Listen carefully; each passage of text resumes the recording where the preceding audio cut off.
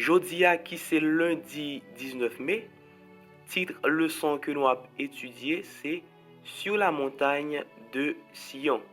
Sur la montagne de Sion. Mes frères, mes sœurs, chers amis, moi saluez-nous au nom du Seigneur Jésus-Christ. Non pas c'est Wendy, c'est encore un contentement, une joie pour nous capables de retrouver nous ensemble pour nous continuer à étudier leçon nous pendant cette semaine ça qui c'est leçon 8. Grand titre leçon semaine c'est dans les psaumes première partie. Verset pour nous connaître, nous joignons dans Apocalypse chapitre 14, le verset 1er. Dans la version 8 secondes, nous songeons que l'ité dit comme ça. Je regardais et voici, l'agneau se tenait sur la montagne de Sion, et avec lui 144 000 personnes qui avaient son nom et le nom de son Père écrit sur leur front. Et nous disons Amen. Ou même qui a suivi moi sur YouTube, sur Facebook ou sur TikTok, moi invite au qu'on a même abonner avec channel là, like vidéo et partager, comme ça plus monde a joindre. Et ensuite, courber tête ou fermer les yeux pour nous capables de prier ensemble. Dieu très saint, papa nous qui est dans le ciel là, dans la minute ça, nous disons merci parce que nous là encore une autre fois pour nous capables de continuer avec étude parole nous demandons autant prie habiter dans le cœur nous était avec nous était seul maître et sauveur nous dans nom petit tout Jésus nous prions amen. Encore une autre fois, titre leçon que nous avons étudié c'est Sur la montagne de Sion. Dans leçon aujourd'hui, auteur là li pral accentuer li sur Apocalypse chapitre 14, côté li pral montrer nous yon bagay qui vraiment important lorsque nous appelons Apocalypse chapitre 14. C'est qui ça? C'est la montagne de Sion. Li pral ban nous position géographique là et qui côté elle est situé dans l'Ancien Testament. Mais faut que nous pas oublier que depuis nan partie samedi, nous te fait connaître que la montagne de Sion, c'est la cité de David qui te porté nom ça.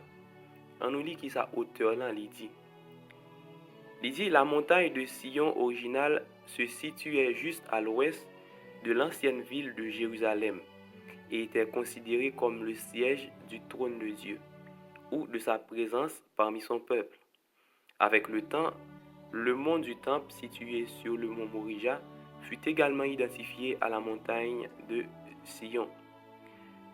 Eh bien, dans l'Ancien Testament, précisément cité qui était les cités David là, il était situé à l'ouest de Jérusalem et du côté gauche. Eh bien, c'est là que nous sommes capables de joindre le sanctuaire, le tabernacle que lui-même était dressé. Eh bien, avec le temps, montagne Sion, li pral vin changer position. Moi dit changer position, moi utiliser terme ça de façon pour nous capable comprendre. Li pral vin trouver li sur le mont Morija parce que c'est là le temple de Jérusalem l'était trouvé. C'est là-dedans que nous avons un sanctuaire là que sacrificateur yo était toujours continué avec rituel yo avant que Jésus lui-même l'était mort. Par exemple, nous pouvons prendre Zacharie, le sacrificateur, lui-même qui c'est papa Jean le Baptiste, eh bien, il était qu'on exercer sacerdoce li dans temple ça. Et puis dans le texte là, nous pouvons voir que l'auteur dit en d'autres termes, cette représentation importante du reste du peuple de Dieu des derniers jours est présentée dans un langage de sanctuaire, comme c'est le cas pour la plupart des scènes clés du livre de l'Apocalypse. Grâce à l'agneau, le peuple de Dieu se tient sur sa montagne sainte.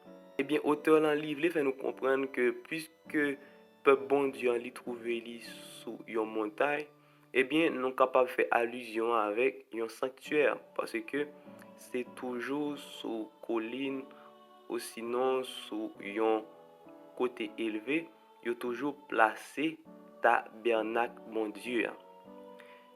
Et puisque les 144 000 ont été trouvés sur la montagne de Sion, eh bien, c'est seulement grâce avec Jésus que vous êtes capable de trouver sur cette montagne, dans la présence même de Dieu. On nous regarde plus bas qui ça auteur en dit. Bien vite nous lit psaume 15 et 24 que nous supposons lire la caille nous. Et après il dit où David pose une question primordiale qui pourra séjourner sur ta montagne sainte. Comparez sa réponse dans ces psaumes avec la description des personnes debout sur Sion dans Apocalypse 14 versets 1 à 5. Quel parallèle trouvez-vous?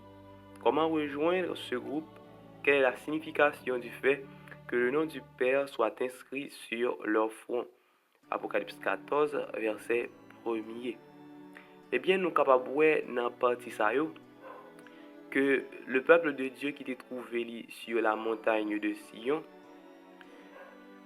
si toutefois c'est humain que yo y et normalement c'est 144 000 personnes, c'est ça que le texte en dit nous, eh bien, il est impossible pour ta trouver dans la présence de mon Dieu. Mais heureusement, l'agneau qui a été immolé, Jésus de Nazareth, grâce avec nom ça, grâce avec concurrence ça, grâce avec chef ça, nous capables de trouver nous sur la montagne de Sion. Non parce que nous gagnons mérite quelconque, mais parce que Jésus lui-même est digne pour lui capable laver, purifier tout le monde qui accepte les sacrifices, tout le monde qui croit que il est capable de sauver. Ça fait David lui poser question ça dans deux psaumes ça nous capable lire. Il dit qu'il pourra monter ou séjourner sur la montagne sainte, sur la montagne de l'Éternel. Qui est-ce qui est capable de camper dans la présence de bon Dieu? Eh bien, nous voyons que les 144 000 qui c'est peuple bon Dieu qui gagne pour capable de sauver, eh bien, c'est eux qui étaient capables de camper sur la montagne de Sion. Mais c'est pas pour compte c'est pas par rapport avec propres œuvres par eux, mais c'est par rapport avec Jésus, l'agneau qui a été immolé. Et puis, dans le texte, nous voyons que l'auteur dit qui parmi nous peut dire honnêtement qu'il a toujours marché dans l'intégrité.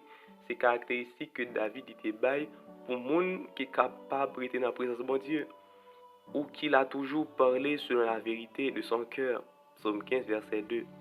Aucun d'entre nous ne peut dire qu'il ne sera jamais ébranlé. Non, pas du tout. Si nous disons que nous n'avons pas péché, la Bible enseigne que nous n'avons pas de vérité en nous. C'est apôtre Jean qui dit ça. Si on nous dit que il pas péché, eh bien, nous pas gagner vérité dans nous. Parce que tout le monde péché. Mais il y a gagné le plan de la rédemption qui était préparé dès avant la création du monde en Jésus pour quel que soit le monde qui péché, pour être capable de sauver. Et puis dans le texte là, l'auteur dit, l'agneau n'est pas mentionné dans le psaume de David, mais il apparaît soudainement dans la description qu'on trouve dans Apocalypse 14. C'est comme si Apocalypse 14 répondait à la question de David. Maintenant que l'agneau de Dieu est établi sur la montagne de Sion, dans le sanctuaire, nous pouvons aussi y être présents grâce à sa justice parfaite qui nous est imputée par la foi. Ainsi donc, frères, puisque nous avons au moyen du sang de Jésus une libre entrée dans le sanctuaire, par la route nouvelle et vivante qu'il a inaugurée pour nous au travers du voile, c'est-à-dire de sa chair. Eh bien, grâce avec cher Jésus, sans Jésus, nous sommes capables de trouver nous dans son temple, dans le sanctuaire, dans la présence même de Dieu. Non pas avec mérite nous, mais tout n'est que grâce. Et ça fait autant dit, sans son sang, quel espoir aurions-nous? Aucun, aucun, aucun. Dernière question que l'auteur a posée dans le texte pour nous avoir fini, il dit, réfléchissez à toutes les promesses bibliques de victoire sur le péché. Pourquoi même avec ces promesses, nous trouvons-nous encore en deçà de l'exemple parfait que Jésus nous a laissé? Et pourquoi avons-nous besoin de sa vie parfaite comme substitut? Courbez tête nous, fermez les yeux nous pour nous capables prier. Merci Seigneur parce que tu es là avec nous, pour te permettre de nous capables d'étudier le sens à jeudi. Nous demandons accompagner nous, parler nous seuls, tu es seul maître et sauveur nous. Dans nos petits Jésus nous prions. Amen. À bientôt pour le son mardi. Que bon Dieu bénisse nous tous.